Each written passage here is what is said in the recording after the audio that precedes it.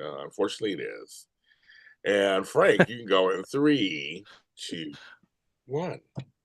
Hey everybody, this is a JLJ Media special presentation.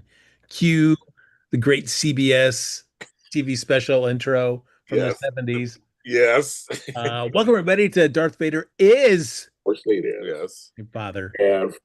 And Guest starring myself, Frank Moran, and the incredibly handsome gentleman in this galaxy or one far, far away, John Dunphy, woo, John our Dunphy. very own Sith Daddy. James Lott Oh, Jr. has invited us here into this sacred space of his to share our thoughts about Solo, a Star Wars story. Yes. Hi, yeah. guys. Welcome to my show. I'm glad you came on here. Frank's going to lead folks to say, so you hear like, who's leading this? Frank's going to lead it. I'm just going to be commentary. So hold on to John's hat, you guys. We'll be talking about it. We decided that we had not talked enough Star Wars, and Yes. so James very kindly gave up his Darth Vader is your father space to invite John and I in for a very special episode where we talk about one of these individual pieces of Star Wars content that made it finally to the big screen, unlike so many other tries from Star Wars to kind of get other films outside of the Skywalker saga onto the big screen. This is one that finally made it. Yep. Before we dive into it, John Dunphy, you handsome devil, you scoundrel, what did you think of this movie after seeing it again? First, Yeah, how long has it been since you last watched this movie? it honestly hasn't been that long because like I feel like I'm obviously we're all huge Star Wars fans and I feel like no matter what it is or how good or bad I think it is, I feel like at some point I end up just watching them. Like I'll just randomly throw on a movie from any of the trilogies or I'll throw on Rogue One or if I'm like, "Hey, I haven't watched Solo in like a year," I'll throw that on. Um so, it hasn't been that long. It's not one of my favorites, but I do think that is better than a lot of people say. I feel like there are some good things in it that I really like, but I also totally understand that this is not anywhere near the best Star Wars project that we've gotten, especially recently. So Now, James, the reason he brought us on is because he has watched it several times in preparation for this and really wanted to rave about it. So, James, really, please, before we get into everything specific that you loved, Mhm. uh, how much joy was on your face as you rewatched this film in preparation for this? There was joy on my face when I turned it on. There was joy on my face when I queued it up on Disney Plus. And then the joy slowly left my face and my body the longer the movie was on. So folks at home, I watched it twice. I answer your first question, Frank, from John. I hadn't watched it since it came out. I went to the theater. I've seen every Star Wars film in the theater. This is what, 2017, 18, something like that? 18, like that. Yeah, I can remember. 2018. Yeah, so I remember I saw mm, it in the theater, and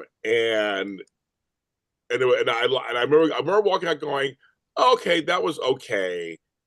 I didn't love it, and I didn't need to see it again, so I never watched it again. And then watching it again the second and third time these last couple of weeks, I was like, I'm reminded why this movie didn't do much for folks, why no one's asking for it. I think it was a strong cast. I almost forgot who was in it. I mean, it's a strong cast. yeah. But there's something missing. Like still, as we'll talk about, maybe it'll come to me as we're talking about it. There's something missing. The whole tone of the production. And thirdly, we'll get into it also. If you think about it, it's one of the most action-packed films of the Star Wars, any of them. It's very from beginning almost to end, it's action-packed. But again, there was something missing. So for me watching it, this movie's a C for me. It's like a C or D for me. D, like I'll say D plus C minus. if I had to rate it. Interesting. It's there are bits in there that bother me, but boy, I sat there last week and watched it again, and it had been a while since I'd seen it, and it went down a lot smoother than I was. So I was like, all right. Yeah, and maybe because I was so bummed from when I originally saw it that I was like, I find myself actually not minding parts of this. And in fact, I would probably watch this again before I would watch some of the sequel trilogy films. Ugh, Hmm. Yeah. that's a tall order there. So for you, it got a little better. Or not better. It It was did. it was a little easier to watch. A little easier to watch. I mean, again, not a perfect film, and you see where the potential was for stuff, but given its troubled production, uh, you know, uh I mean, certainly with more time, more money, had a more clear vision right from the top, and there weren't the production problems behind the scenes. Maybe the film would have been a stronger product by the end of it. Uh, I mean, but it certainly, after watching it again like this, it could have been much worse. I love how the three of us just have like I feel like James first saw it, kind of liked it, watched it again, hated it. You, Frank, didn't like it, watched it again. Now Yeah. you kind of like it, and I've just been consistent the whole time. Like, yeah, not bad. Like we all three of us have completely different I love experiences with it. this film. I love it. Star Wars universe. I love it. Well, as we talked about, like the production issues there, of course, we've got Lord and Miller, the people behind like the Lego movies, 21 Jump Street. They come in and they're doing a Star Wars film and they start shooting it, and they shoot a lot of it. They're on there for quite a while shooting a lot of the footage.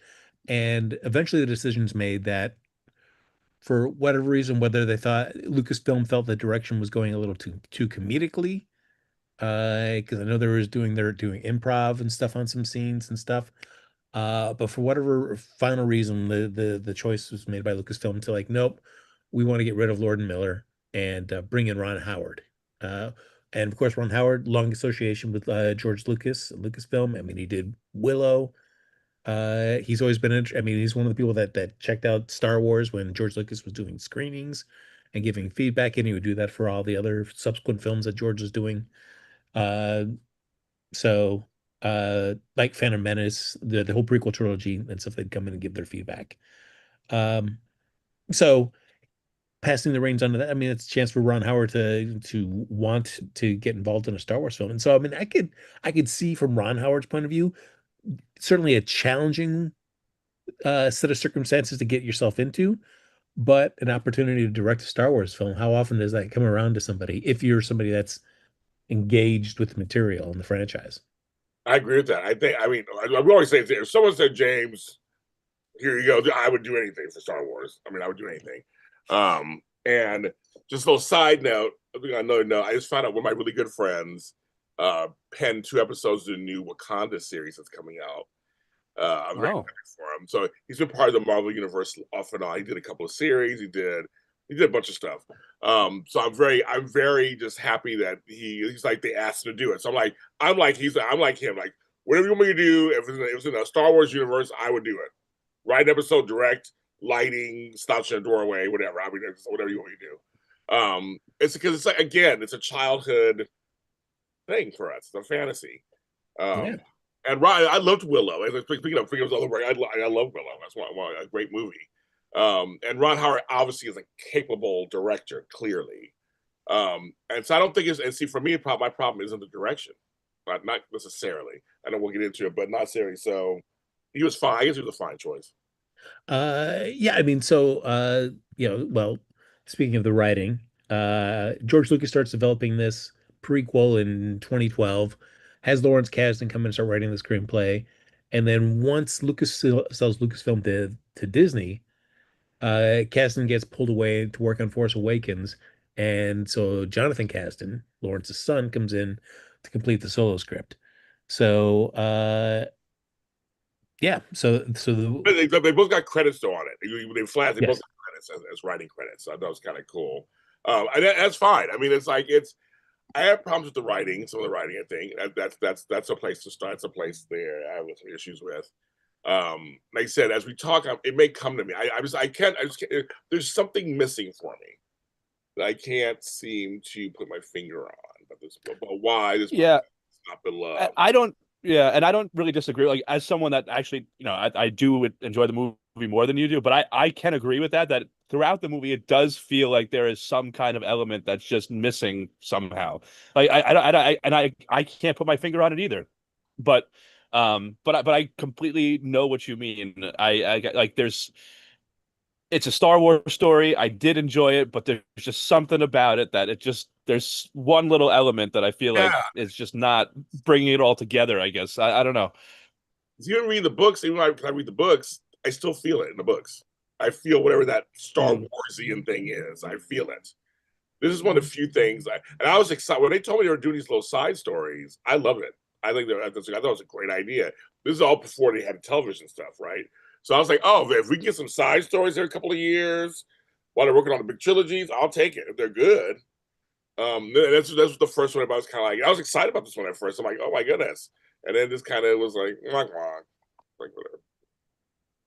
Hmm. Uh, so it ended up like basically when Ron Howard comes in, uh, his mandate was that he had to reshoot 85% of what Lord and Miller had shot. Uh, and that includes the primary footage, the second unit footage, which ended up being impossible for him. It's like that's just given the amount of time and what we have to Yeah. do and our release date, it doesn't happen. But he ends up shooting about 70% of new material. Like, for example, Dryden Voss originally was a mocap Catman played by Michael K. Williams Oh, before he did got changed into not Paul know Bettany. this. Yeah. Wow, I was, and may he rest in peace, Michael K. Williams. I mean, The Wire. That's my show, and many other things he's done. Now I didn't know that part. Now that's very interessante compared Yeah. to Yeah, playing him. I'm like, see, I may have been that made okay. Thank you for letting us know that, Frank. That may made a difference. Uh, One thing that Lord Miller didn't shoot though was the Kessel Run, both the heist on Kessel, getting all the material that they needed, or the run. So and for me that's a fun sequence in there. But yeah, yeah, I agree. That's probably for me like the strongest part of the movie is that Kessel Run. It's just a lot of fun to watch. To watch. I thought that part of the movie was very well done. yeah, yeah, I mean for me, I mean let's go back because like one of the things like it's Star Wars, it's Han Solo's prequel. I feel like this can fall into the trap of many other prequels, sort of like that Indiana Jones and the Last Crusade, where the beginning flashback has River Phoenix playing young Indiana Jones, and they do the thing where, in the course of that little mini adventure, he gets a scar on his chin, he plays with the whip the first time, he gets the his fedora from the guy that he's trying to steal that artifact from. He gets all these signature iconic parts of the Indiana Jones character. And then this movie just really just dials into that. It like you get to see Han meeting Chewbacca for the first time. You get to see the Kessel Run, what this whole thing like nobody's done it under 12 parsecs. And like, oh, we get to see how that legendary story comes. But we also get, which I thought was the worst example, is like this is where he gets his last name. This is stupid. This is absolutely stupid to me. Like why he needed to be given it by an imperial a guy that was doing recruiting. Like, I'll just call you Solo. What? That was Yeah. that was No, awful yeah, to me. I agree. I agree. The other stuff, like I'd love to see how he met, Chewie. I'm glad that was in there. I'd love to see the Kessel Run. I'm glad that was in there. Why couldn't his name just already? Why couldn't it have just been Han Solo already? Like, like not once ever before this movie came out. Was I like, where'd that last name come from, huh? like, I mean, when you've had characters like Luke Skywalker, and many other names that we've gotten throughout the Star Wars universe and all these films, that I'll submit Lawrence Kasdan be like, you know what? People are gonna wonder how that name Solo. This is the one name that's really gonna, stick with people. And it's like we better explain how this came to be. Right. I always just thought it was a cool space name, Han Solo. It's a good name. Yeah. Why do we need like an origin story for the last name? And especially when it's like, oh, well, hey, if we were playing like maybe he's an orphan, so he never really had a last name. He was just an orphan. But he mentions knowing his dad and that he had worked on ships and stuff. So he, even though he didn't have a close relationship with father, he knew who his father was. So he should have some sort of clan family name. So it's like, why couldn't have that just been Solo? I Right. understand. Well, Yeah. That is a weird thing. so I mean that right there, when I remember on my first watch, that soured me right out of the gate. Because that does come pretty early on in the movie. I will say though, in this second rewatch for me, the movie moves a lot faster than I remember it from my first viewing. To its credit, we're just going. Uh, I say to my credit, James, to your, I know you've got issues with this. Does this movie move too fast for you? Are there things that you wish that they would have slowed down and taken a little bit more time in? Maybe stuff they would have just admitted entirely and just either replaced or just with other stuff or just cut those beats out. I think the whole movie needs to be redone. So that just to me, I think the whole movie needs to be done.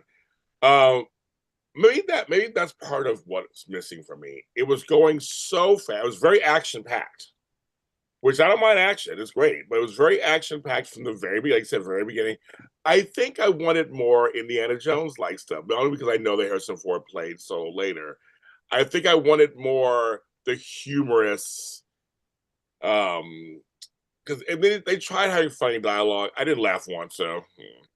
But I wanted more of the kind of humorous side, swashbuckling. Like they did a little bit of that.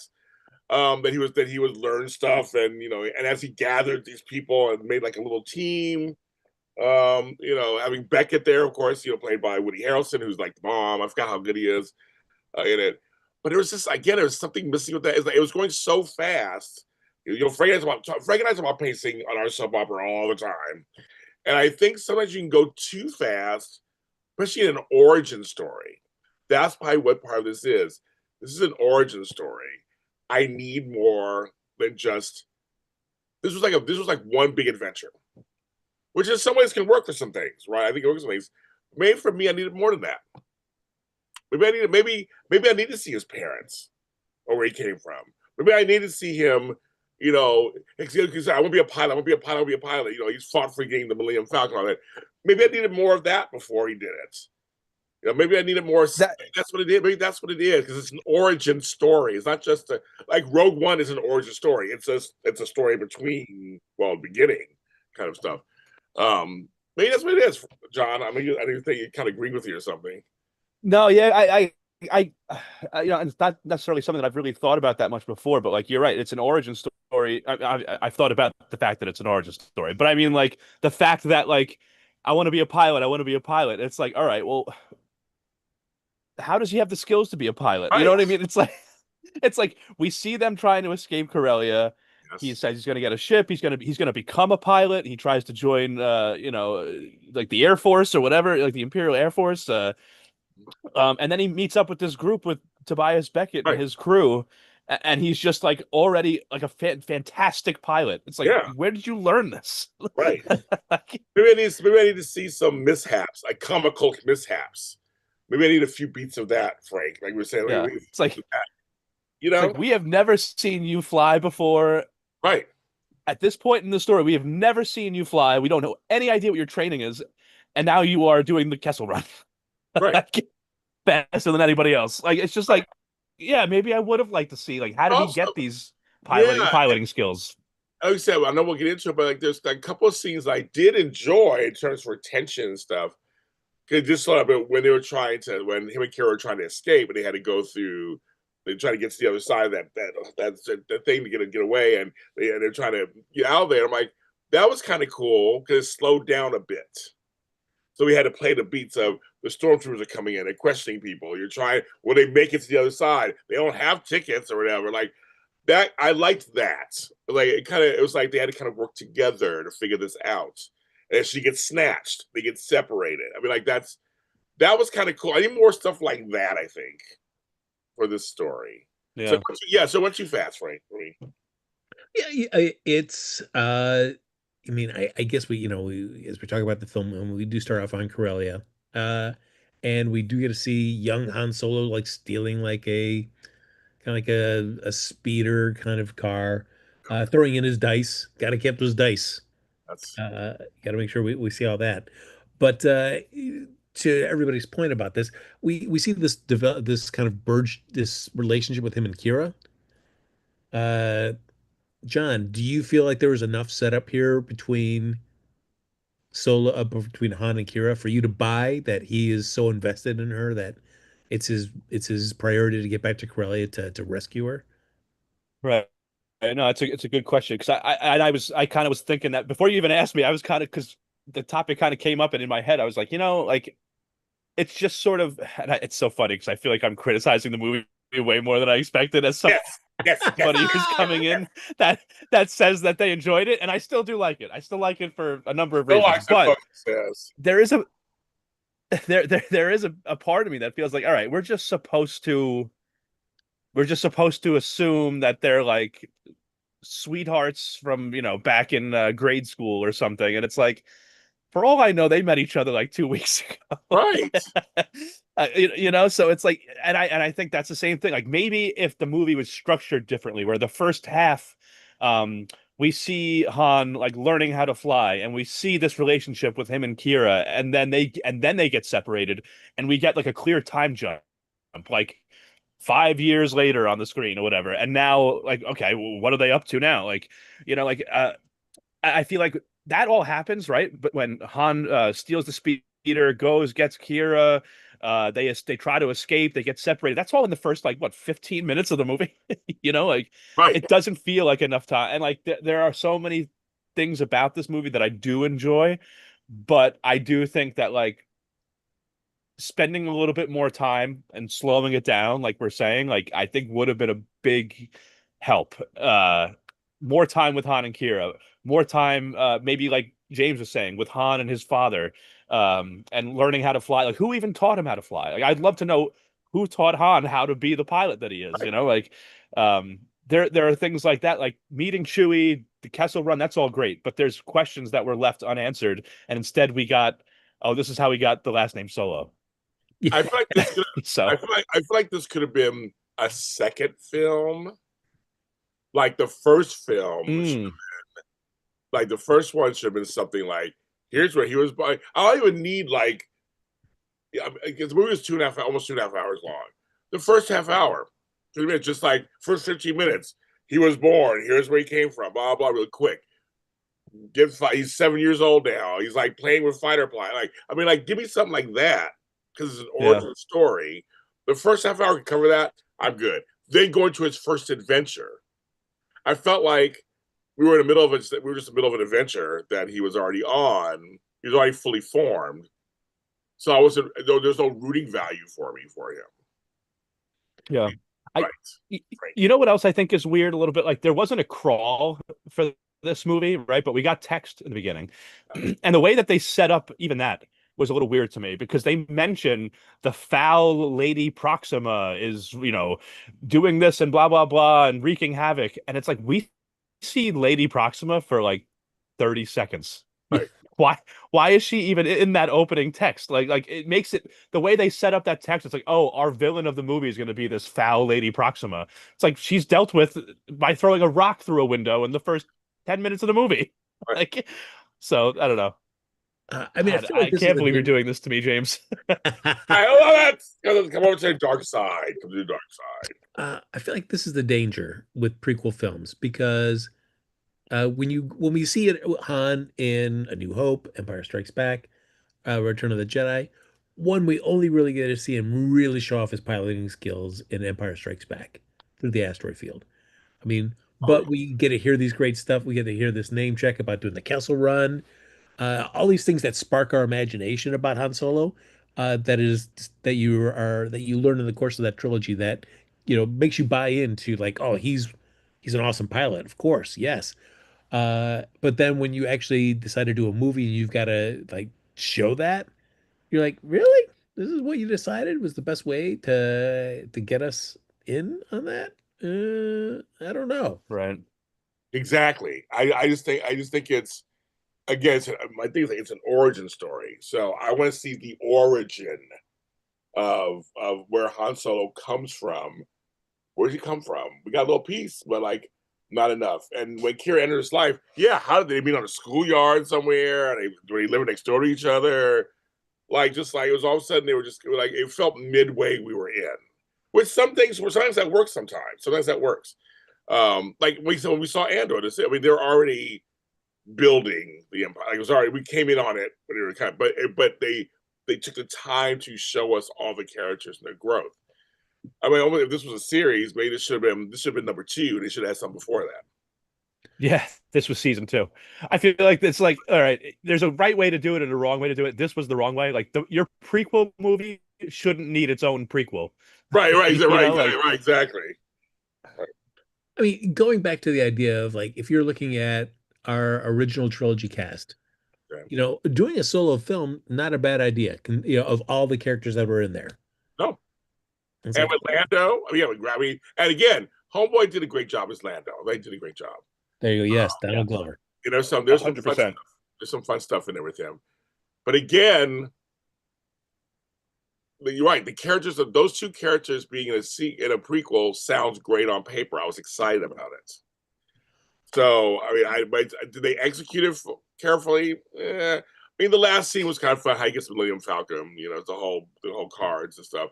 Now, finding Lando in a card play makes sense. Also, that kind of makes sense, and all that kind of stuff. I mean, just like because he's a swashbuckler, shit talker or whatever himself.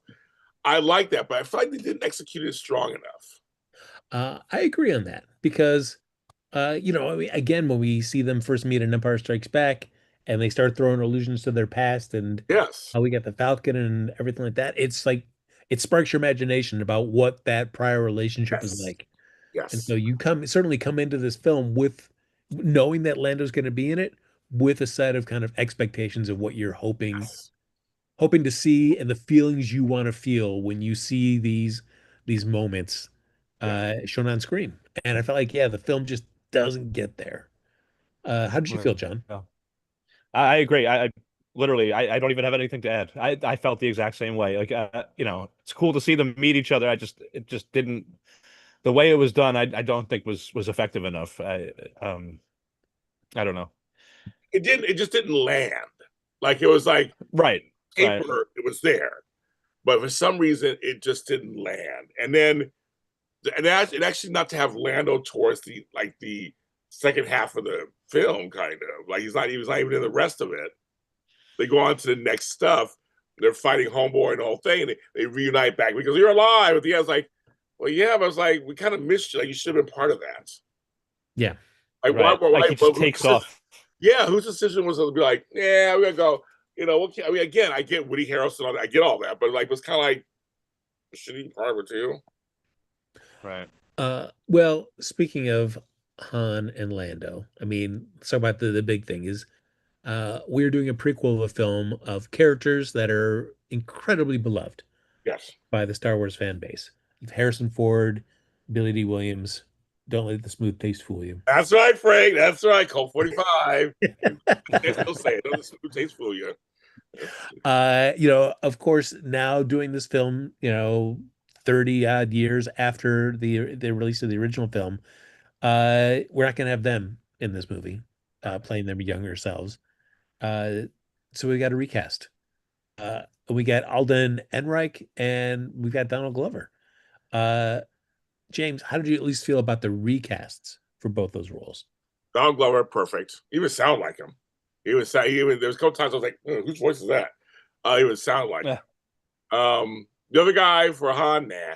He could have found somebody else. He was okay. I think he could have found somebody else. For you, was it the look of him, just the performance of him, both? Both performance, look. I guess I just pictured him. I guess he was younger, like a gruffer, younger person. If that makes any sense. I just figured young Lando looked like young Lando, hair done. Right. I mean, it was him. Stuff on. I mean, it looked like him. I mean, I would have pictured that. But I always pictured a young Han just a little rougher around the edges, younger. I guess that's because of Harrison Ford, but that's why I'm thinking of that. But because of who he was, and just this guy was a little too much. He was a little too pretty for me on some level, a little bit. Is there anybody that comes to mind that That's what I knew. like, I knew you were if you had your dream casting? I don't. That's to play a young. It's hard. I know it's hard. Well, I mean, there's who's young and Say Zac Efron. Is that what you said, Frank? Zac Efron. Hey, why do that? I'm not trying to think because when it was so, for example, when they mentioned Sebastian Stan for Luke, I saw it. I immediately saw it.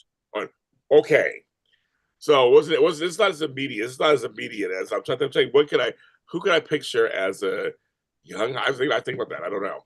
Yeah, and I, you know what it is? I think in my mind, I feel like it's just like it's hard to pull off Harrison Ford. You know what I mean? It's like who can really do that other than Harrison Ford?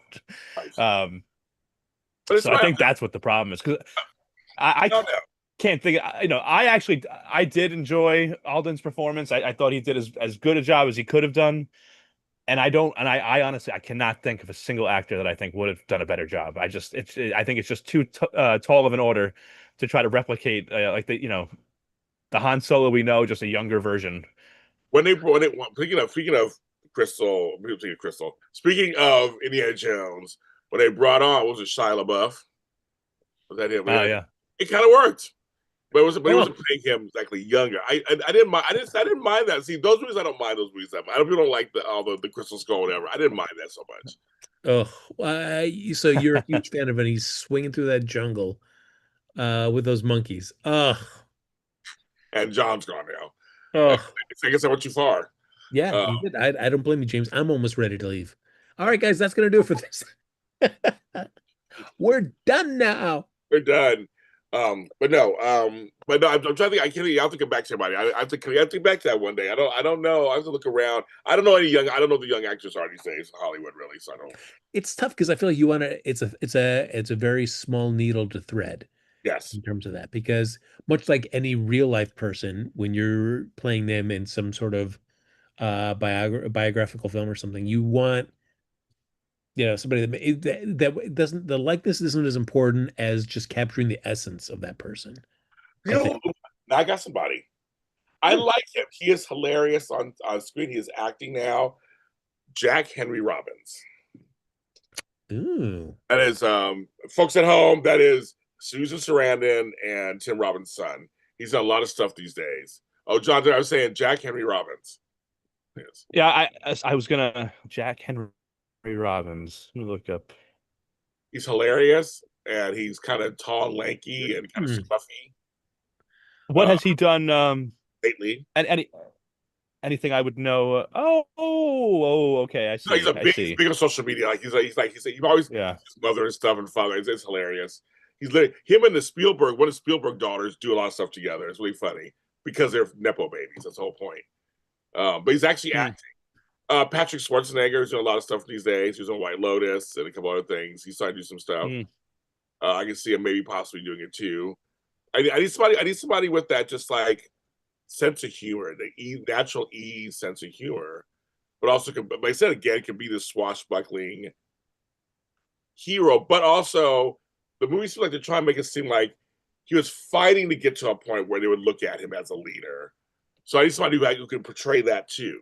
They can portray that they're trying to be kind of funny and sly. Because he was kind of a rogue, right? He's supposed to be like he's trying to get over people with these special things and make money. I think it fell flat for me in this movie.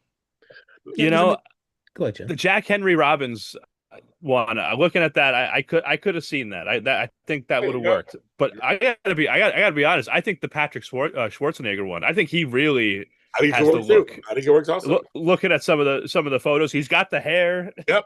He's got some scruff. Yeah. Because if you're looking at this, you want to see Han get, or at least have a character arc that kind of sets up who he is in the original trilogy. Yes. And you're like, okay, I get why this guy just looks out for himself.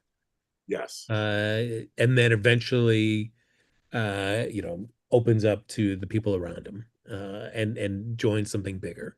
So whether you want to see in the Solo film that maybe he starts off like that and then slowly gets turned into what we see at the end, so that you then see him go through that and come out the other side in the original trilogy to pay that off. Right. And at this point, we don't really like what the Han that we see at the beginning to the Han that we get at the end. We don't see enough of his time with Beckett or what Beckett does to him. I mean, it's mentioned like, oh, I told you not to trust anybody. Fine. You know, I Right. just don't know if the course of what we see in the, because it doesn't really even affect him because he goes, oh, I anticipated you were going to say that, so I came up with this little counter cross here. No, So, I think Frank is actually bringing it out of me now. I think I'm awakening. ooh, Awakening. I the see spring Frank. awakening. Oh my God, it's just like wow, okay. I didn't feel this good. No, I think now I think it's starting to hit me a little what it is. It's action, action, action, action, action, action, action, action, action. There's no emotional value. That is the problem. Hmm. There's nothing for me. Like you want us, we're told you want them to succeed. I guess we don't. Why do we? Why would we want them to succeed? Like why is this so important? Why do we want Solo to get that money or whatever the credits are? Like why do we care so much that he survives at the end? He survives Homeboy at the end. Why do we care that the Kira reveal at the end, which again we'll get into that I'm sure too, didn't land the way I wanted it to either. But like, why do we should be caring, right? That last scene, she's looking at like I should feel something. I feel nothing. I feel nothing. It's like it's completely that's what it is, Frank. You're hitting it on me. It's just like it's late. I said great cast. I mean, I've got Emilia Clarke and I'm like, oh wow, these people, and we know they can act, but there's something just not.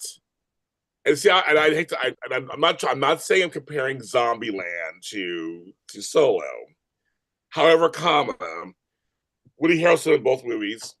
Um, you felt he was crazy in that film too, but he was good. Like you actually are rooting for all of them to survive the zombies, and it was funny, and it was funny, and it was crazy, and it was like all these things, and but also dramatic. And I feel like Solo, you're talking Han Solo. So it's like, of course he's gonna get the girl. Of course he's gonna do like all these things, and it's like you're right. There wasn't enough time with him and Woody Harrelson's character Beckett. Like there wasn't enough time to go. I mean, so I told you should never trust anybody, and so why? Like, because even he had some funny. I mean, we're supposed to laugh at some of his kind of things, like, oh well, I'm sorry, but he did. It just wasn't. It wasn't. Didn't land. But I think that's what it is. It's no emotional beats, or they weren't strong enough emotional beats for me. Yeah, like Yeah. like John, we see like maybe what this is missing is like a little like a montage to show like a passage of time, like a series of Mm. heists that they've done together with Beckett and Solo to see where things go right, things go wrong, because this film is pretty much A to B to C in terms of they do the train heist that goes south, they go they go to the big boss, they plead their case, they come up with another plan, and they go do the castle run. There's really and then everything go and then we've got our things that happen at the end of the castle run. uh there's really no like time for like Solo and Beckett and Chewbacca to all be together to kind of see like, hey, I've taken you under my wing now that I have no other crew, and let's see what this life of being kind of a smuggler does to Han Solo and kind of changes him before we get to the part of the Kessel Run. Yeah, no, because I feel like, I mean, I guess in the beginning of the movie, right, when we see Han and Kira together and then they get separated, and then when we fast forward to Han fighting with the Imperials, right, I guess some time has passed there. But from the time that Han meets Beckett and his crew to the end of the movie, I mean, that seems like it's only a few days. Like, are we really to believe that this is, they've somehow formed some like unbreakable bond, or that he's really learned that much from Beckett. And honestly, it almost taints the relationship with him and Chewie, because it's like, why do they care about each other so much so quickly? Yeah. It's like I think exactly right. Some kind of montage where like we can clearly see that a significant amount of time is passing would have done even just that little thing would have done, that would have gone a long way. And I think, yeah, James, I think you nailed it. And like I said, I'll still enjoy this movie for the action and the fun adventures that are in it. But it is true. I think of all of the Star Wars movies, shows, any of the projects, this movie in particular has the least sort of emotional pull Yes, in it. It's that's what like it there's is. honestly depending on the mood that I'm in, whether it's a movie, an animated show, a live action show, I can find myself getting emotional and almost, Right. I can cry during some of these Star Wars projects. Me too. Not the case with Solo. I don't have the same emotional investment in it. And I think you nailed it, James. I think that's what is missing is I that think me too. I think well, Star Frank brought it out. Wars. I think that's what it is. Yeah. Frank nailed it. I think. I mean, Well, yeah, he. yeah. It's both. Yeah, it's definitely, yeah, definitely. But I think that really is what's missing. It's like all these other movies and everything. They have this theme of like hope and overcoming unstoppable, insurmountable odds and these great characters with we know that Star Wars doesn't always have the best dialogue, but there is some good stuff in there, and I feel like that's really missing from this movie. So I agree. I think Frank. I think you unlocked it. Oh, well, my work here is done. I'll see you later. Bye, everybody. Thank you. Thank you. Thank you. Yeah, like one reason I enjoy Captain America: The First Avenger, is, it's got to take Steve Rogers from being just young pipsqueak to becoming, being turned into Captain America, but then from just turning into Captain America to making him the beloved hero through the course of his actions in World War II, why he is so beloved. And they do a lot of that by just montage. You see him out there with Dick Dum Dum Dugan and the rest of the soldiers going on a series of adventures, all done in montage.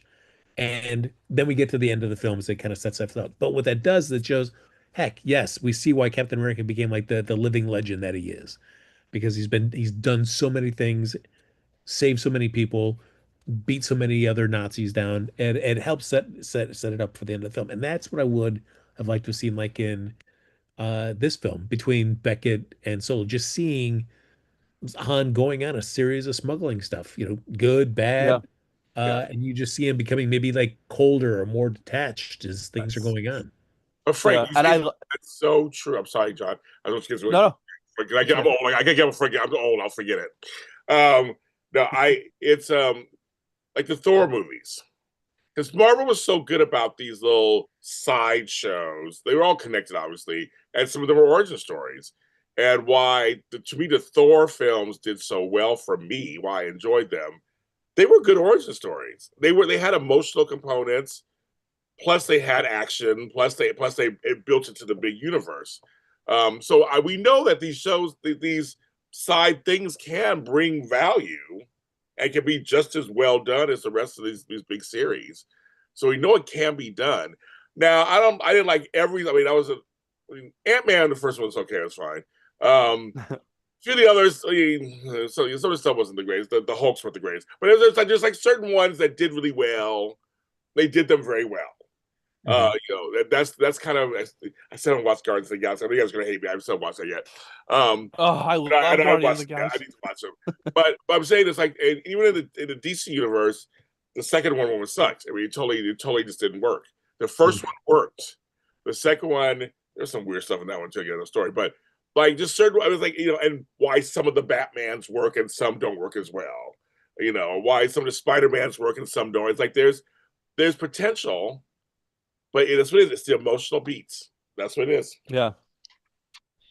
I also So I was just going to say, because Frank, you brought up Captain America: First Avenger, and we were talking about the emotional beats missing from this movie, and even so, I agree with you that the montage of Captain America fighting the Nazis, that served the movie incredibly well. But even before that, um, the Doctor, played by Stanley Tucci, what's his name, Doctor Erskine, right? Mhm. His relationship with Captain America was more emotional, and they didn't spend that much time together Yeah. before Erskine was killed. But even I can still remember the scene where they're sitting there. Erskine comes in with the bottle of liquor and starts to pour him a drink, and he's like, "Oh no, you have an operation tomorrow. You can't drink this. Like, I'll drink it for you, but we'll have a drink sometime soon." And then he dies, and they never get to have that drink together. That was more emotionally effective than anything in this movie. And they spent a very limited amount of time together in that movie, and I just think it was just done better in Yep, that movie. So Mhm. I agree. Nice call, John. Yes, that's I that. go. Okay. Yeah, it is Clark in this film. Uh, if you love Game of Thrones, you're probably a huge fan of hers already. I was. Yes, I am. So uh, you know, love her. she's done a Terminator film, so she's covered a lot of the different sci-fi genres as she leaps here into the Star Wars universe. Uh, I thought she was fine in the role, but again, we don't see enough time between her and Han to develop like to really care. So when she does her twist at the end, where it's like, ha, I got rid of Paul Bettany, so now I can run Crimson Dawn. That's my big reveal. It just doesn't land. Uh, James, did you feel the same, or were you like, Amelia no? Clark is a bomb. I mean, folks, you just go on YouTube Shorts or TikTok Shorts or whatever, and you'll see some of her best work from Game of Thrones. She was the bomb diggity. I mean, phenomenal actress. I almost forget that she does other stuff because I love Game of Thrones. It's one of my things. Um, in this film, there was so much potential with her. I saw it. I actually saw it in her eyes. There were a couple of times where she was really acting, like she was really getting into it, but the material just didn't hold up. It just didn't. It wasn't cohesive. Like she was. I'm sure she had to be in a Star Wars again, being a Star Wars film. I do it too, but I just feel like it didn't match her talents, and we didn't get enough of her story. I know it's not the Kira show, but I needed something that could be where again we're being told we should root for him and her to be like together, I guess, and work together. But and so when she goes off on her, I didn't feel anything. I felt nothing again. Um in the the chat we have a person watching walk up. So it's just a generic action movie. It's a lot of action. There's a lot of action. That's the thing. It's a lot of action. Yeah, yeah. Very for me, the material didn't do her justice. I personally know she can do better because I've seen her do better. Amelia Clark. So it didn't do her justice. I'm happy to see her in the Star Wars universe. I wouldn't mind knowing more about her. A little side something for her. It could be a TV movie or a limited series. I wouldn't mind something with her. I mean, so I was feel like now they could do a solo series and really get into it, like really like give us everything we want. Yeah, John, because I feel like we're supposed to look at Kira's betrayal of Han at the end of the film as Right. like just one more little piece that made Han Solo the scoundrel that he is in the original trilogy. But to James's point, I don't feel any of that. And I feel like the film just didn't set it up. So when she does kind of, betray Han, and I don't even, it's not really even a betrayal. It's just like, I'm just not gonna come with you. I'm gonna stay here instead and do this. It's not even betrayal. It's just like, no, this is what I'm really gonna do instead. I still I don't feel anything about it. No, yeah, 100%. It's just another example of that, the emotional, the emotion of it just not being there because it hasn't been set up well enough for us to actually care about this. Like they spent what a few minutes together in the beginning of the movie. They get separated, and like we don't even know how Kira got there. Like she was still No, on Corellia when he left, and then all of a sudden she's just like Dryden Voss's like top lieutenant. right. Like she not only got out of Corellia, but she's like become this like trusted advisor to this villain of the movie, and we have no idea how she got there. Like, That's like true. it's just Why did we get a scene with that? Like how like here she's over here doing it. We didn't get it. You're right. It was more stuff to be like this big surprise for us. right. I mean, you definitely get. I mean, Paul Bettany does, I think, a great job of showing Dryden Voss as somebody who's you don't want to cross. He's very, Right. he's quick to kill you So you can see why Kira would be tired of working under him and knowing how dangerous that could be. And so, yeah, if I have an opportunity to kill him, great. But on the other hand, it's just like I think I needed to see that more. I needed to see like what Kira suffered as from getting from Corellia to there to make me invested to be like, man, I totally get why she did this. Right. I see. I feel like we just finished watching Andor, right? Where we were talking about the time jumps between three episode drops. Like, how is this going to work? And it's like it feels like it's almost with this movie, we're getting these like chunks of time with gaps in between, but it's not being done as well as like Andor was done. And it's like I feel like from the beginning, and I feel like they wanted to make this solo movie, and then if it did well, they wanted to make a second movie. But it's like I feel like from the beginning, this always should have just been a two-part thing where it's like explain some of this stuff. Let's slow down.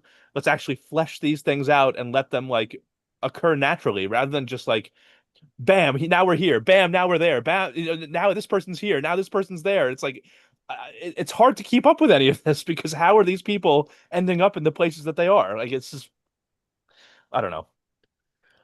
Well, the whole Kira storyline does give us a moment to get a great Star Wars cameo. We get to see everybody's favorite Darth Maul show up Yes, as the leader of Crimson Dawn. yes. Uh, John Dunphy, as a devoted Star Wars fan, can you take us back into the mind of 2018, John, when you're watching this on the screen and you see that moment where Darth Maul shows up in this hologram? How did you feel?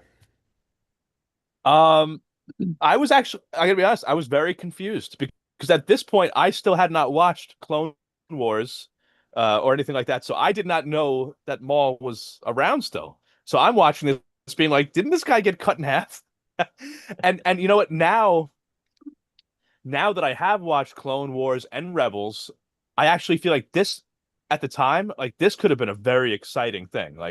But um, but yeah, at the time when I first watched the movie, I was a little confused by everything that was happening. So Uh, James, I know you are, I mean, Darth Maul, just like a Sith. Yes. So, I'm right. All the Darths are my favorites. yes. Yeah, I remember seeing it. I could go back. I remember seeing it in the theater. I What were went you wearing? yes, what were you a wearing? lace teddy and a negligee. No, I don't Oh, know. slow down. And some flip flops. Were you wearing your Were you wearing your cape? Okay, but don't make me go in my closet and get my cape. But no, I remember sitting there and I was with my brother-in-law. We always see all the Star Wars movies together, and we were like, well, oh, Darth Maul. But and I almost wanted more with him. I know he's surprised at the end. Yeah, I'm right. like, well, I want to know. I want more. Now I want to know how did they hook up? I mean, like, what's? Yeah, I remember thinking that then, going, there's a story right there. Like, why couldn't he be the villain the whole? I remember thinking that he could be the villain the whole time that Han is trying to fight against or something. I mean, I don't know, but I guess it wouldn't fit the timeline later. But the whole point was kind of like, as soon as he came on, my ears pricked up a little bit. I remember my ears pricked up. Now watching it now, it's confusing. It makes no sense because we have nothing. It's a surprise for surprise sake. I think sometimes, and like it's like okay, we're doing these little we're doing these little off movies. We got Brooks like, well, see, Darth Vader coming at the end of Rogue One made sense. It was a shocker, and he's like, "Bye, you're dead, you're dead, you're dead, you're dead." It was great. It made sense. And I remember thinking, leaving the theater, going, "Wow, Darth Vader was in there."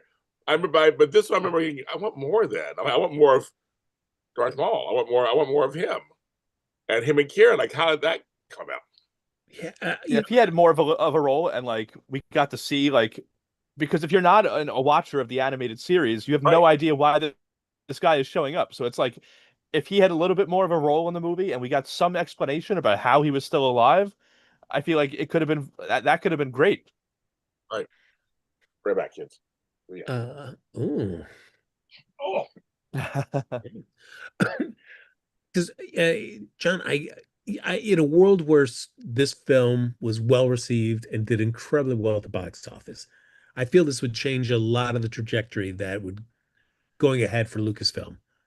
Uh, because yeah, I mean, like after the Star Wars kind of bombed, I mean, they really pivoted from doing any more films, even though they had announced stuff like Patty Jenkins doing a Rogue One film, a Rogue Squadron film. Right, right, right. Uh, we had Brian Johnson supposedly doing a trilogy. Kevin Feige at one point was going to executive produce a Star Wars product. But all these projects ended up just not fizzling. But the like Disney Plus Star Wars content exploded after that point, and we get the Mandalorian and all that stuff. Uh, I don't know, like in a world where Han Solo had been well received, we probably would have gotten a sequel. We probably would have gotten something, or the Obi-Wan show would have probably been a film. The Lando, Right, right. yeah, Lando would have probably been fast tracked to be a movie as well. I feel like this really changed the course of where Lucasfilm took its Star Wars content. Yeah, I think a lot of mistakes were made here. I agree with everything you just said, and I also think that uh what movie was it that came out at the same time as Solo? Was it Infinity War? It's like Mhm. your Avengers Infinity War, like great movie, a Marvel movie. It's owned by the same company. It's like plan your release dates better. Like, you know what I mean? Like you're putting this movie out, and we agree it all it has its flaws. We all agree about that. But I also think it would have been better served if it wasn't competing against one of the biggest Marvel movies to ever come out. Like it's just who was making these decisions? um, yeah, I just think there was a lot of mistakes made here, and I think that if it was more well thought out, this could have been a big success. Yeah, I, because oh, go ahead, James. I just want to show something really quick. This Ooh. is I have to turn this off for a second so you guys can see, because I want to show it to you guys. This trilogy book was so good. Where am I? Oh, like this. Is it a naked picture of yourself, James? It is. Uh, the whole I'd eyes. love to see that. I'd love to see that trilogy. So it's the Lando Calrissian Adventures. It was written in 1983. Oh, It's, Oh, it's so good because he has the Millennium Falcon. It's three stories, and it does everything we're asking for a Han Solo story.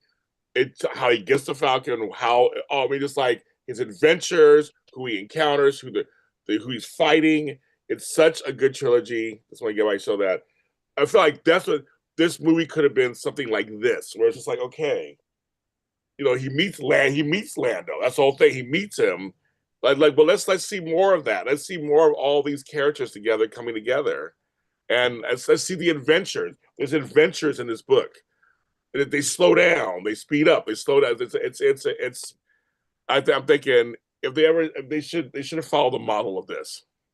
In my yeah, and that's something that I really don't understand with some of these like Star Wars projects, like whether we're talking about Solo or the sequel trilogy. Like there is material out there. There's a blueprint for success out there already, and it's in the books, right? That so many people love.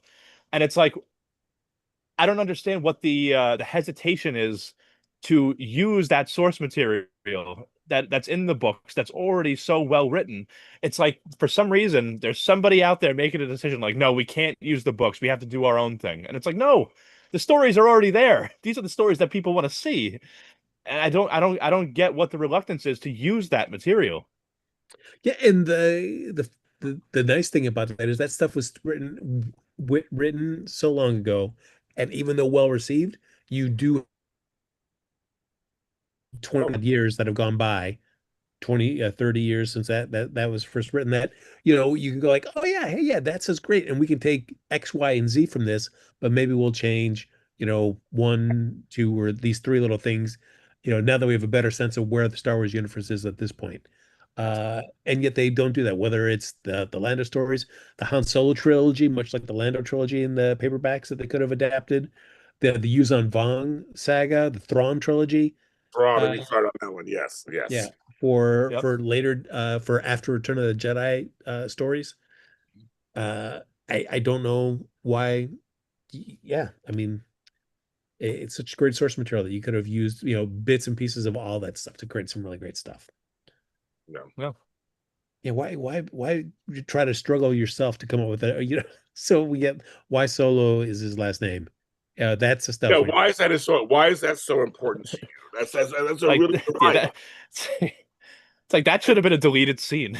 Or they could have made it much more emotional or something, or much more.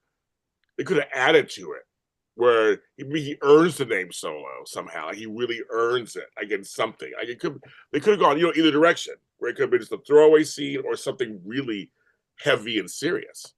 So he carries that name very strongly, for some reason. But they don't even do that. They don't do that. It would have been great No. if he would have been like Han Quattro, and he had like three other close family members or friends. And as they die throughout the film, he ends up like, I'm Han Trio, I'm Han Duo, and then at the end, I'm Han Solo. And credits. Like, yeah, that's after Kira betrays him and doesn't come with him. He goes, "Fuck it, I'm on Solo now." I'm not even giving you that courtesy laugh. Oh, Come on, James. oh, Come on! It's so low hanging ridiculous fruit. that it's That's low hysterical. hanging fruit. Low hanging fruit. I love it, Frank. I love it. I'm here for it. I am here for it. You're right. We could have. Maybe it would have been better. Should than what we saw. Yeah, who knows? Now, speaking of things that weren't that Oh great for me, God. we're kind of underdeveloped in this movie. Is we've got the whole, Enfys Nest, this rival smuggler that we Yeah. see get introduced during the train sequence. That has been a thorn in Beckett's side, and then we see her come back at the end after the Corelli after the Kessel Run, setting it like, hey, we are all children of people that have been damaged by the Crimson Dawn, and we are seeking retribution. That is why you should be on our side.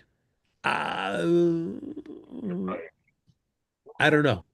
James, do you feel like were you happy with just the little bits that we got of like Nest and her band of smugglers, or was it underdeveloped for you as well? Underdeveloped. Not needed. I don't know.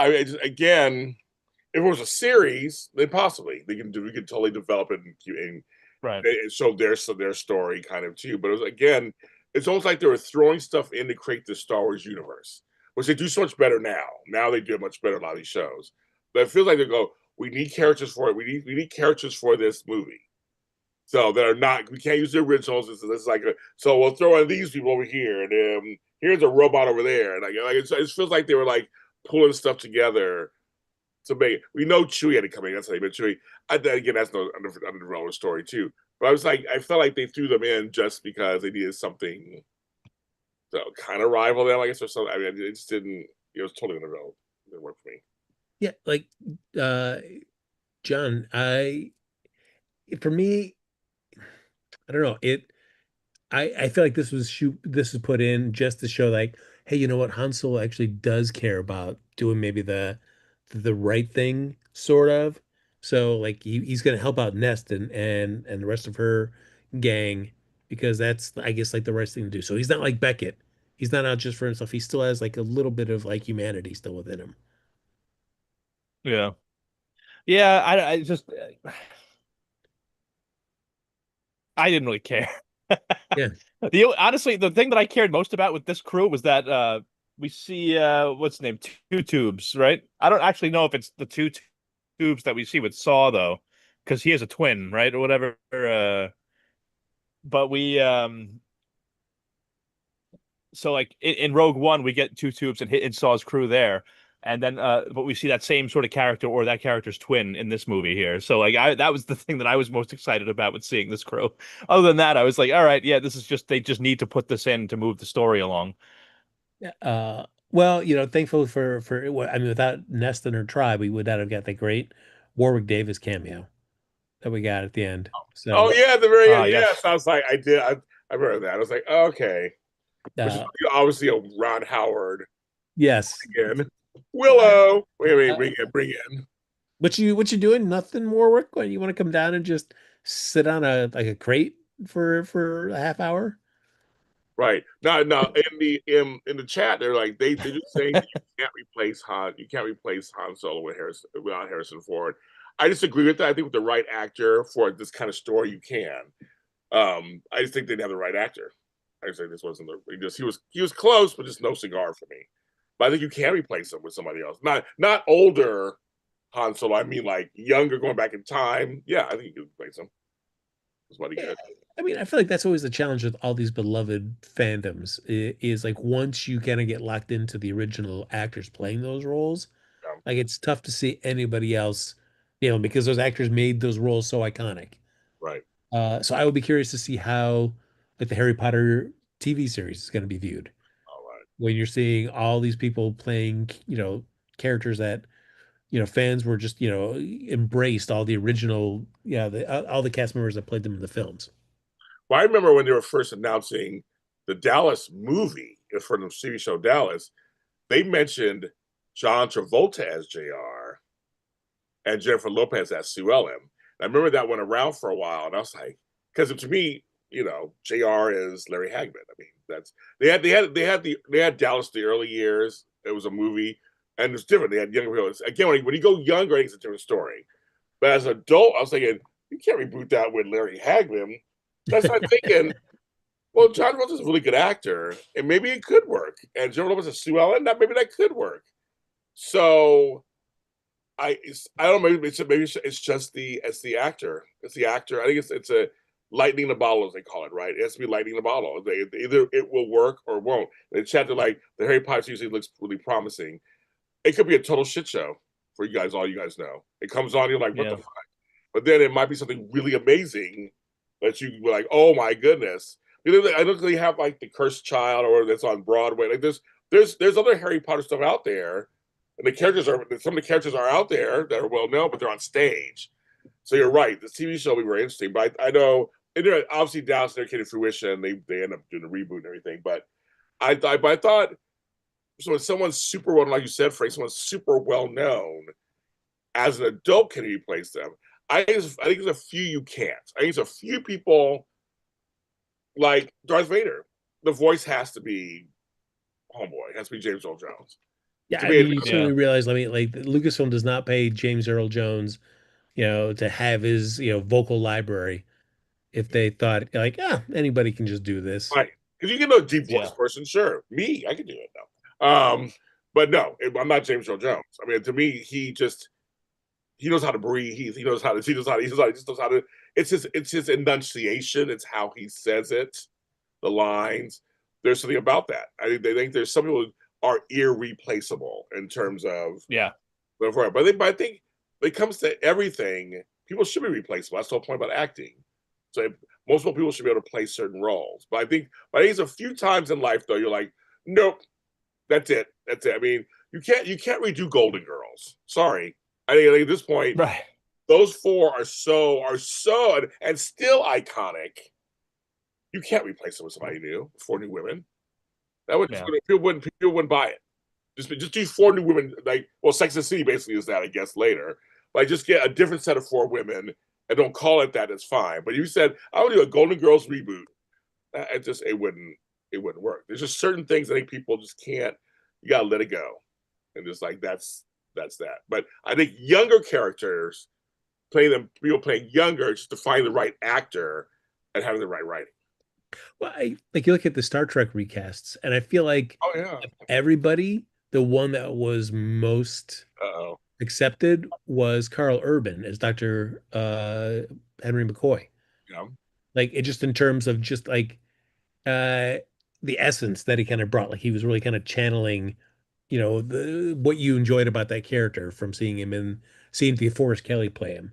That Carl Urban was getting that. But I also thought Chris Pine, he was he was a fine recast for Yeah. Kirk. And Yeah. I didn't even mind Zachary Quinto Spock. as Spock. Yeah. It's just some, the writing, I feel like that's the thing. It's like the writing. Like if the writing for Solo had been better, maybe everybody would have enjoyed Alden's performance more. Very true. Very true. But there's people sometimes. I finally saw the Elvis movie, and Austin Butler was Elvis.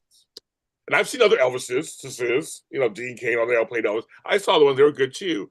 But I remember Carter Renata, our old friend Frank, she went and saw the movie before everybody else did because she's the curvy critic. She said to me on the phone, she goes, James, I'm a huge Elvis fan. I'm telling you, you'll be blown away. I'm not shitting you. You'll be blown away. And when he got nominated for the Oscar and stuff, I was like, you called it. She called it a long time. He inhabited Elvis. He did. I think some people they naturally, and the writing was there too. But Frank said the writing was there. If it was a shitty movie, you'd be a great actor all you want. And we call that all the time too on soaps. We're like, we have some great actors on these soap operas. They spend shit in the gold sometimes. You're like, that was not the best writing, but because of who they are in their profession, they're like Zachary Quinto and Spock. That's the whole thing. It's like it's sometimes the writing, they have to elevate the writing. It's not fun for actors. You have to elevate the writing. But hopefully if the writing is there, then anybody's going to play something. I mean, for me, really, it was Tom Hanks's, Colonel Tom. Yeah, he was the one that really lost himself. I mean, it's really, he's just the most. Yeah. Most. I know we've talked critically about this film, but we should probably let's just take a little bit to talk about things that we enjoyed. I will start for me. I thought the train heist. I thought that was a nice little bit of action.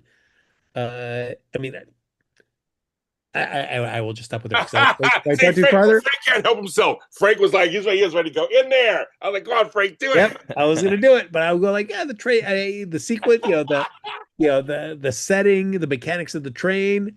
I thought that was interesting. Frank was going to do it. I was going to do it. I was going to betray myself and already start sandbagging it. Set it up. Betray myself. He set it up. He's like, don't do it, and you're already starting. I'm like, what the fuck? Oh my god, Frank, it's hilarious, Frank. So now I will say this guy. I can just.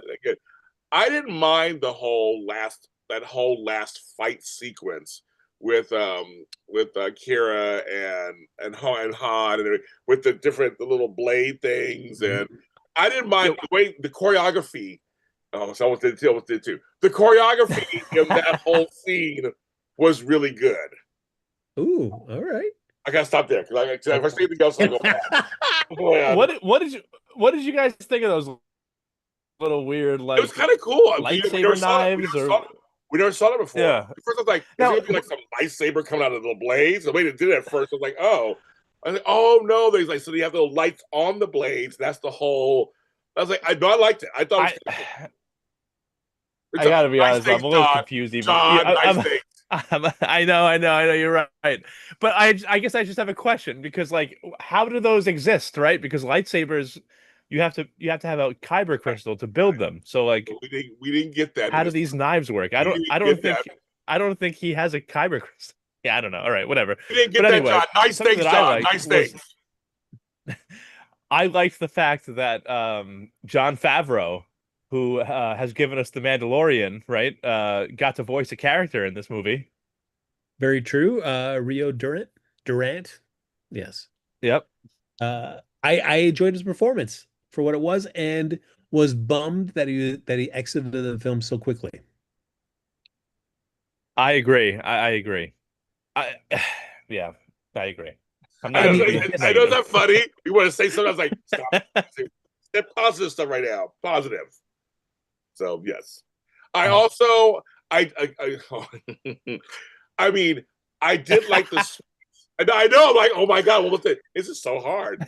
I like the sweeping shot at the end, when Kira's on the ship and they're going by slowly, and it's overhead, the shot overhead where they're standing, him and Chewie are standing there, and it kind of just pans around and just goes out. I thought that was kind of a cool shot in terms of cinematography and shot. I enjoyed Woody Harrelson's performance as Beckett. Yes. Okay. Yes. Yes. Yes. Yes. That was well done. I think I could get before he died. Do a prequel on him as a series, and have Woody Harrelson star in it. I'd watch it. Oh, I'd totally watch it. Oh my goodness. Yeah, it's funny.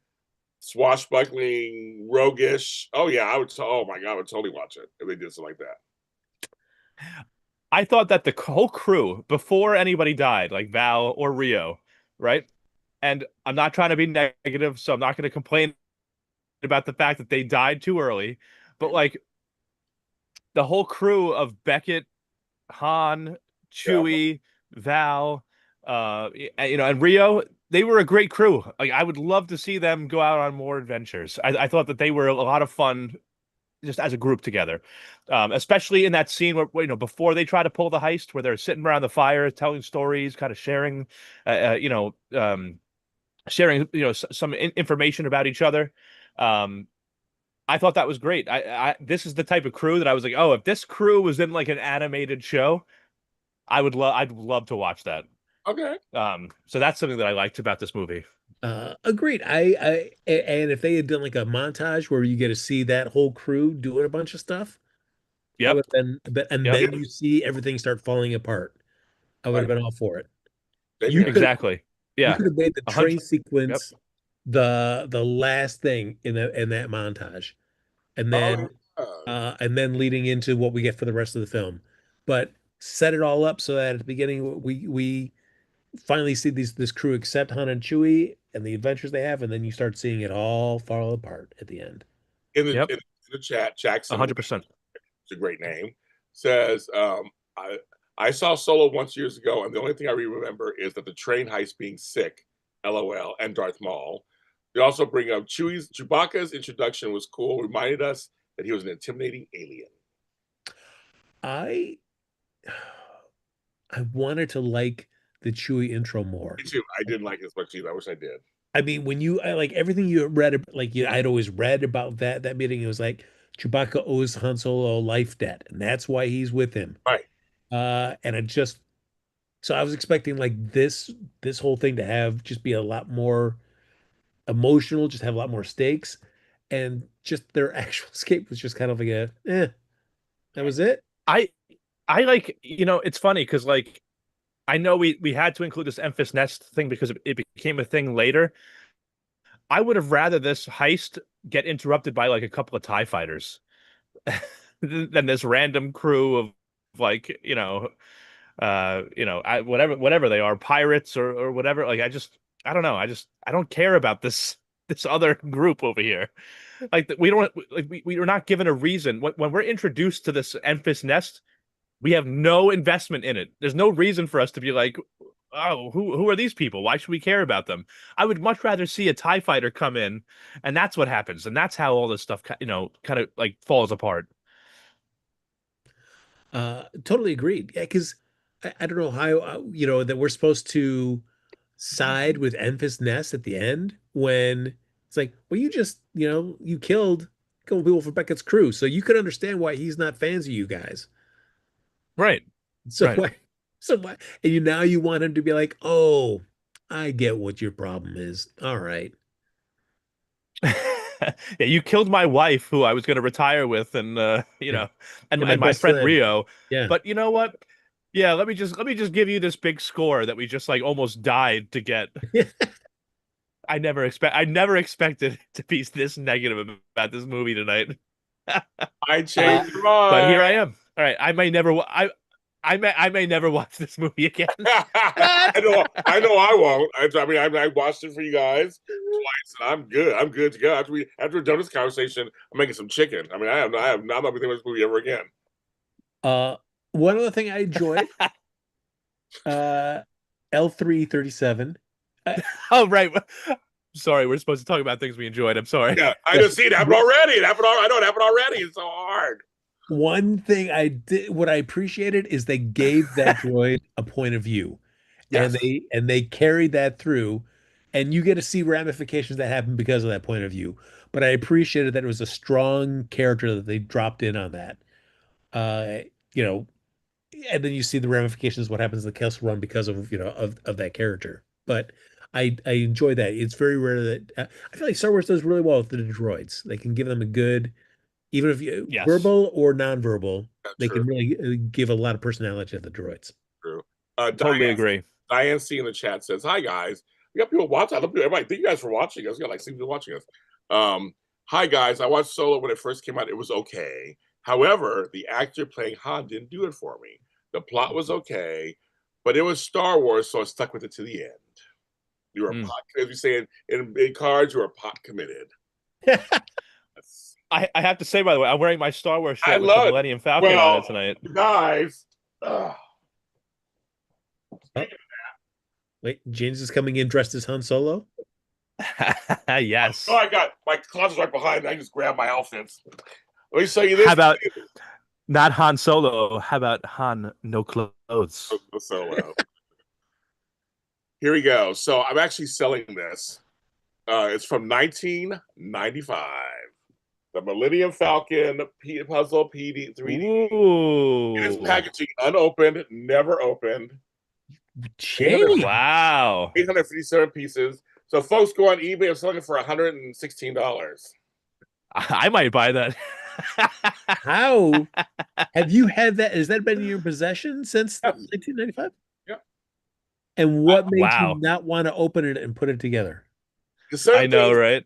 It looks too hard. I'm like, I'm a guy to put things together, but I have all this. I have a whole Star Wars wall of stuff I've been collecting since the 70s. So I was like, I don't need this one so much. So I'm selling it, folks. So eBay, James Lott Jr. or contact me. But wow, I might put a bit in.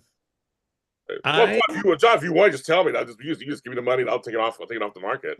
But it's in great condition. But it's from 1995, so it's a Lucasfilm's original.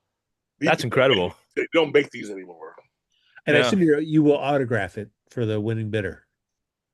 They don't. If anybody don't know who I am, but if somebody knows who I am, I'll autograph it. Yes. Oh yeah. Well, heck yeah. One of your I am selling it. So I am selling it. Okay.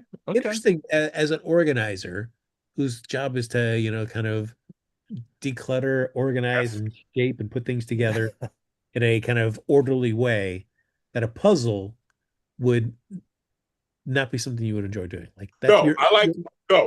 Let's rephrase that. I like puzzles that lay flat on the table. This is a 3D puzzle, so it comes up and out. I don't have that shit.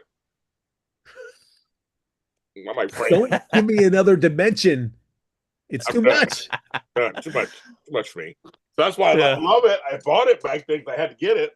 But I was like, I got to put that together. Yeah. All right. I have something else that I liked from the movie that I just thought of. Oh, there you go. Yeah. Because Frank brought up L3, right? Very, very lovable droid. I enjoyed while they were stealing the coaxium when Chewie briefly leaves Han because he sees other Wookiees and decides to go in and help them to free them, liberate them from their their imprisonment. That was another moment that I enjoyed. I totally agreed with that, and again building into why Chewie is so beholden, or even not beholden, but their friendship is so tight that I wish that Han would have helped in that part as well too. Like I mean, you can't just come in at the end and go like, "Oh, I walked up to the surface at the end with the Wookiee, so that's cool." It's like, no. Like, help out Chewbacca first, so I see why you guys are so tight, and then get back to the business at hand. That's true. And especially if you help Chewie with this, you might have a couple more Wookiees that can help you push that thing. Yeah. Because it's like, all right, great. We just need like 17 more of these coaxium canisters. What? Yeah. We have a question that's not even about this movie. I will ask both of you gentlemen how you feel about L337's. The big thing about her is she's got like the best nav computer in the galaxy. That she gets fatally, mortally wounded there on the Kessel Run, and they have to put her nav unit into the Millennium Falcon so they can escape. Is this?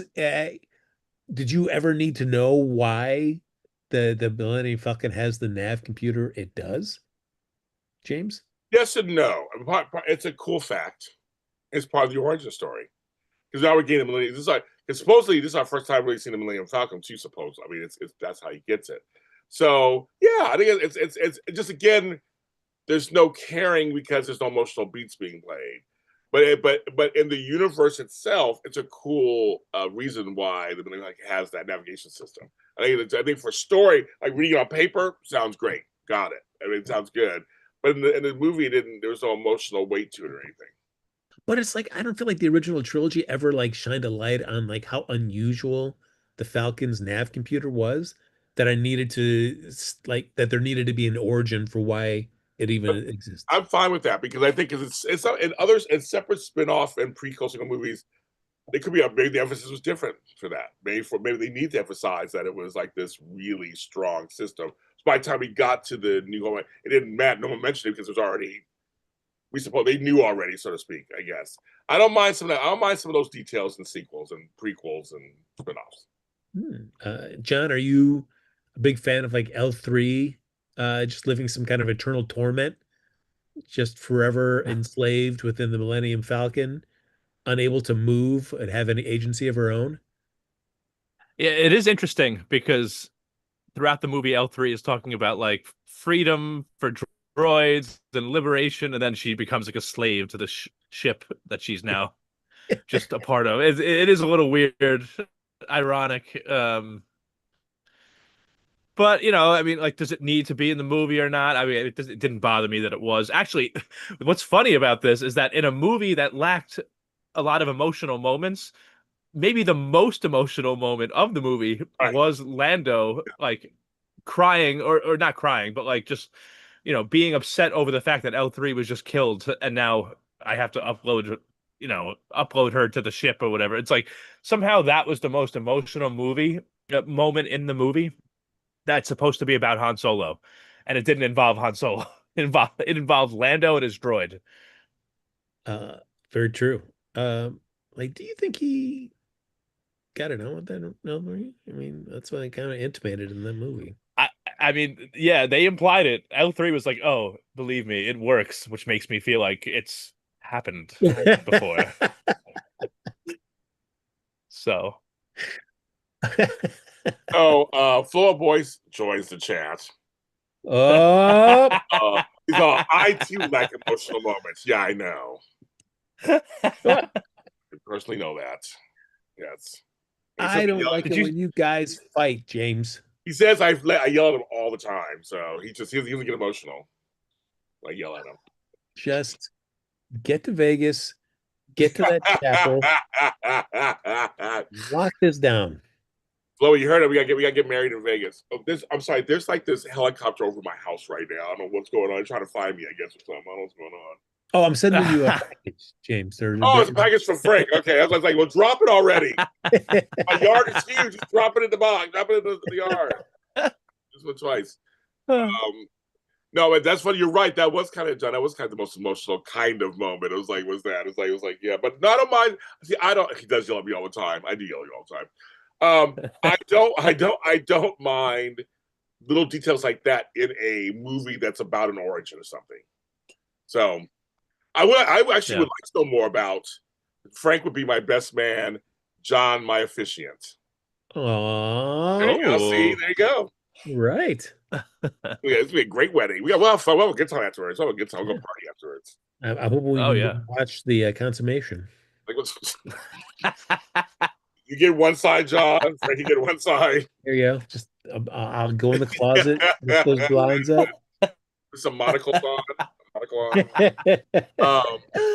Oh my God, you could. I'm trying to make a point. What was I saying? What the fuck was I saying? I totally forgot what I was saying. Oh no, I actually would love to know more about the Millennium Falcon. Actually, I would love to know more about that story and Lando and all that. I'd love to know more about that. Actually, tell you the truth, be really serious. What I did like was just seeing the Millennium Falcon when Lando had it. We get to see it with the escape pod still attached. Yes. Which, which was cool. It's like, oh hey, well, understanding how the full Millennium Falcon as we know it came to be, but also wondering like in all this time, Han never thought like, hey, maybe I should have another one. Place that escape hatch. I know another one. Right. I thought the same thing. Like when he let it go, he's like, the guy's always like, "This escape hatch, really?" And I started laughing. That was kind of funny. And I was like, "Oh, but you're right. Like, why didn't it replace it? Like, why didn't you just say let's have another one?" Just fully committed to going down with the ship. That's like literally, like literally. Yeah. That's Yeah. it. That was it. I was like that. That's it. We have a couple of questions. Oh, lay it on. I do want to. I think the fans they really are watching us. I want to say one person wants to know. Walk up wants to know what is one thing you would change about the sequel trilogy if you had full creative control. So when you say sequel trilogy, they mean the New Hope ones, or 4, 5, and 6? Or are you talking 1, 2, and 3, or 7, 8, 9? I think they're thinking 7, 8, 9. Yeah, 7, 8, 9. I changed everything. Right? No, seriously. If I had creative control, here's one thing I would do, folks. I mentioned on the show before in my regular shows. Yeah. We would have had a scene between Mark Hamill, Carrie Fisher, and Harrison Ford before she died. There would have been one scene with the three of them together, because why did I not give that to us? Yeah, that's the biggest crime of the sequel trilogy. And I agree that's the thing that I would change too if I had the power, if I had the, if I was the one making all the decisions.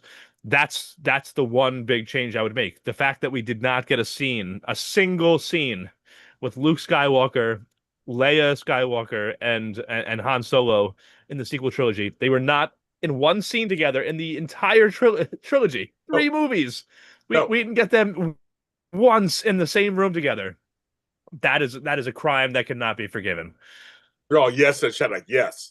And Luke took too long bringing Luke into the first one.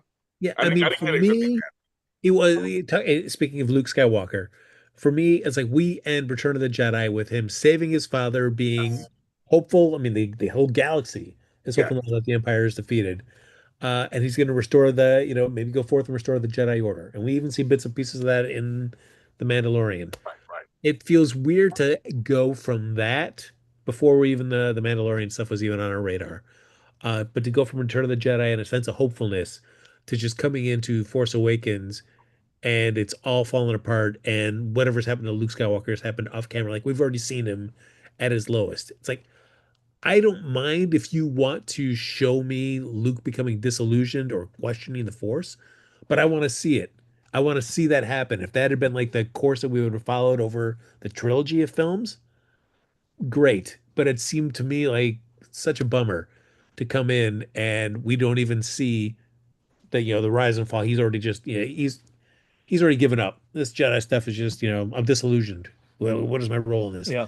Like, that was the frustrating part of it. It's like, no, that's the interesting stuff. It also, yeah, it also, so it makes no sense to me, because there was a part of the sequel trilogy was that Leia Organa had been like shamed because it was revealed that Darth Vader was her father. Well, Darth Vader was also Luke Skywalker's father. But for some reason, he is still this revered, legendary Jedi that everybody's like, oh, we need him to beat the First Order or whatever. It's like, all right, well, so is Leia. What do you mean? Like, Leia also played a huge role in defeating the Empire. It's like, why is Leia being shamed, but Luke is still this like legendary character? It makes yeah, right. But it makes no sense. It's like, all right, Leia Organa, like, okay, Darth Vader was her father. She still helped end the Empire. Like what are we doing here? This is something that Leia only recently found out. It's not like she knew her whole life that she was Darth Vader's daughter and decided not to tell anybody. She's like, I didn't even know I had a brother. Right, she was as far as she knows, her dad, Bail Organa, was one of the heroes of the rebellion. Yeah. Like, you're holding against her that this person she didn't even know was her father. You're holding it against her that now you find out that, like, oh no, her father was actually Darth Vader. It's like that makes no sense whatsoever. I mean, remember, folks, it's not Luke, I am your father. It's just, no, I am your father. It's a Mandela effect. Just remember that. As we do Darth Vader on this Darth Vader is your father. There never was Luke, I am your father. He did not say that. He just said, no, I am your father. I mean, I mentioned the Thrawn trilogy earlier, which is a great what happens after Return of the Jedi. I And agree. I don't need, I thought there's a lot of great ideas in there of Luke trying to put the Jedi Order together, introducing Thrawn and all the stuff that he was doing that could have made really compelling stuff for the sequel trilogy. And I don't need to have everything be one for one. Like if you Luke, like Han and Leia being together or not being together, not critical to me.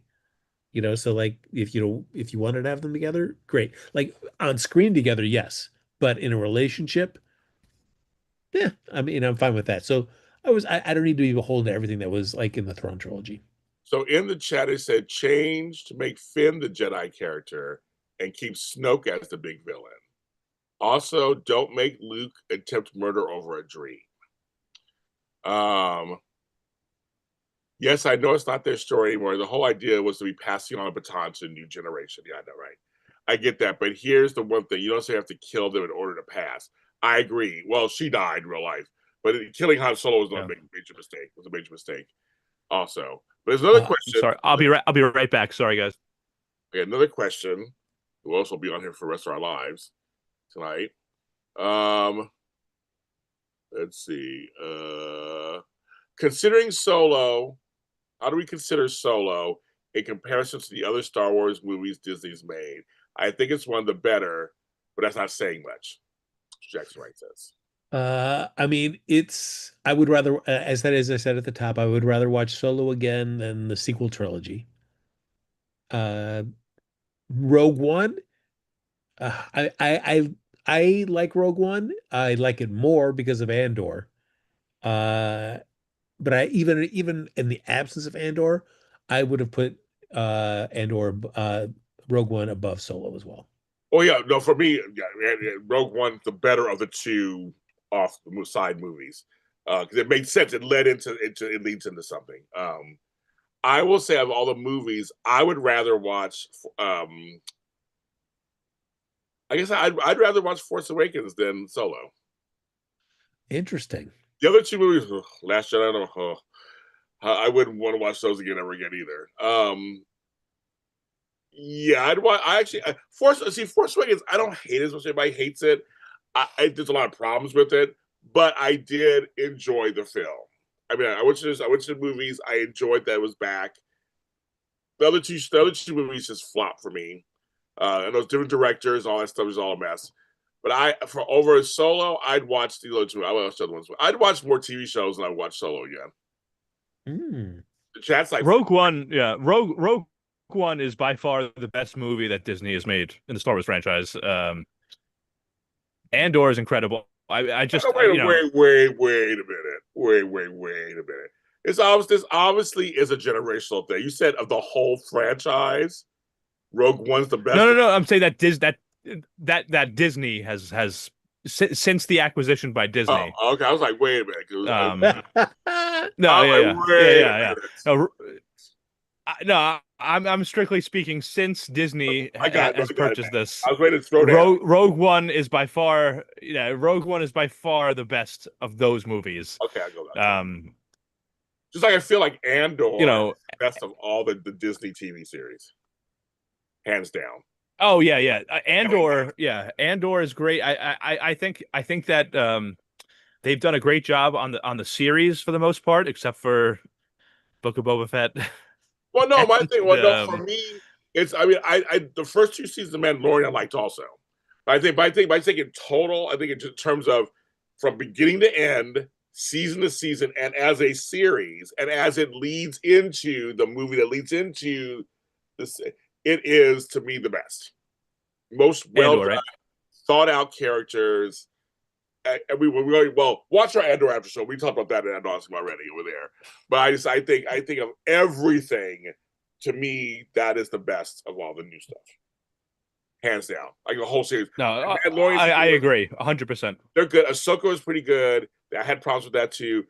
Boba Fett was one of the most fun shows we've ever done on this channel. If we have folks who are new to the channel, we've done after shows for all these shows, and that show is so cuckoo crazy for Cocoa Puffs. I just like some of our episodes. They're hilarious because half the time we're like, it was.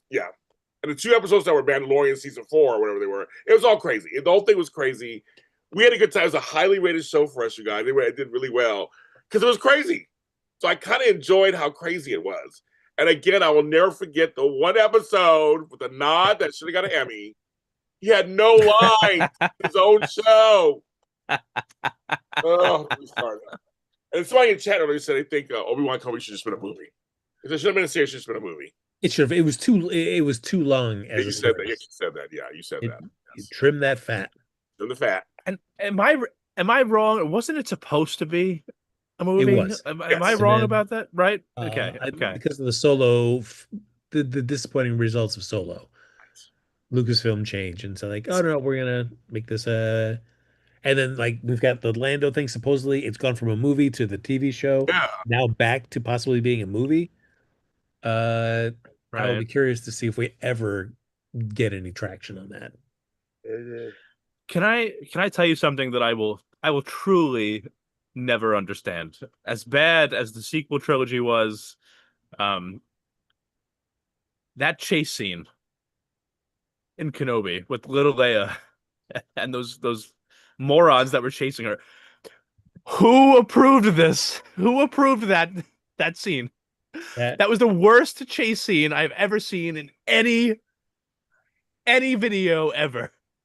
Movie, show, whatever. It was the dumbest thing. It was almost like it was supposed to be animated. I don't understand how that was allowed to happen. Insane to me that it was like this this is suspenseful and not at all idiotic. Let's keep it in. Yeah. Like the director being like, yeah, that's a wrap. We got it. Ah, perfect. Like what? You're not gonna get any better than this. Yeah. especially considering that the best actor in that scene was probably little Leia. Because she did a great job throughout the series. Yes. And it's like, all right, so the child is doing her job. We can't film like an adequate chase scene with the rest of these adults. Like, what's happening here?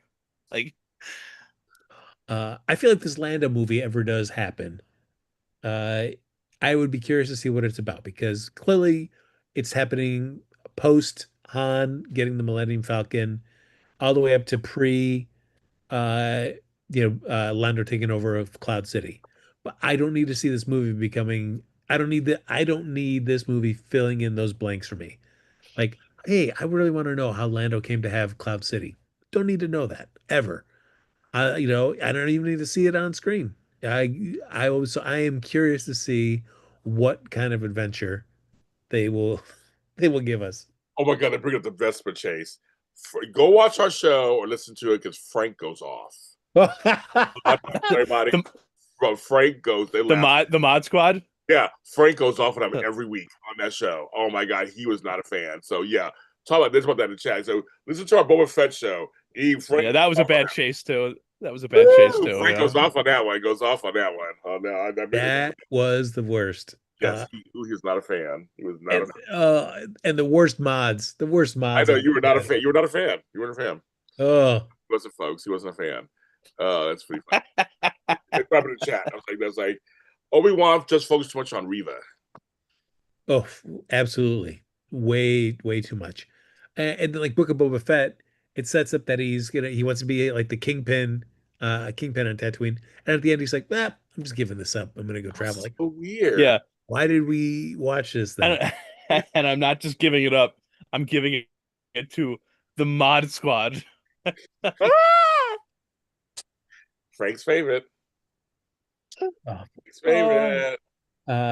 Gentlemen. And there were great moments in that too, like watching Boba Fett like recover from getting out of the Sarlacc pit and then living in the desert with like some of that stuff was so good. And then some of it was just so bad. Well, half of it was Mandalorian season 3. So like that was, remember there was like 2 episodes, it wasn't even double Boba Fett. I tell you, that was the craziest show. And I loved it. I thought it was kind of funny because it was so crazy. Him getting involved in the Tusken Raider lifestyle and us getting a chance to see some of that explored, really cool. And then they just killed him off. Yeah. And it's crazy how some parts of that show were so well done and some parts were so poorly done. I agree. It's just like the extremes there are just off the charts. I agree. We deal with it every day in our soap operas. Trust me. Yeah. Ladies and gentlemen, I think we have thoroughly explored Awesome. Solo. But I know that while Lucasfilm never gave that green light to a sequel to Solo, James Lott Jr. is solving that problem by doing his own sequel audio drama based on Solo. Mm. If I could do it, if it was public domain, I would totally do one. Seriously. But it's not public domain, Frank. I can't do it. No story for you guys. I can't even. I'm not even trying to even think of one. I don't do fan fiction. My shit I put out for real.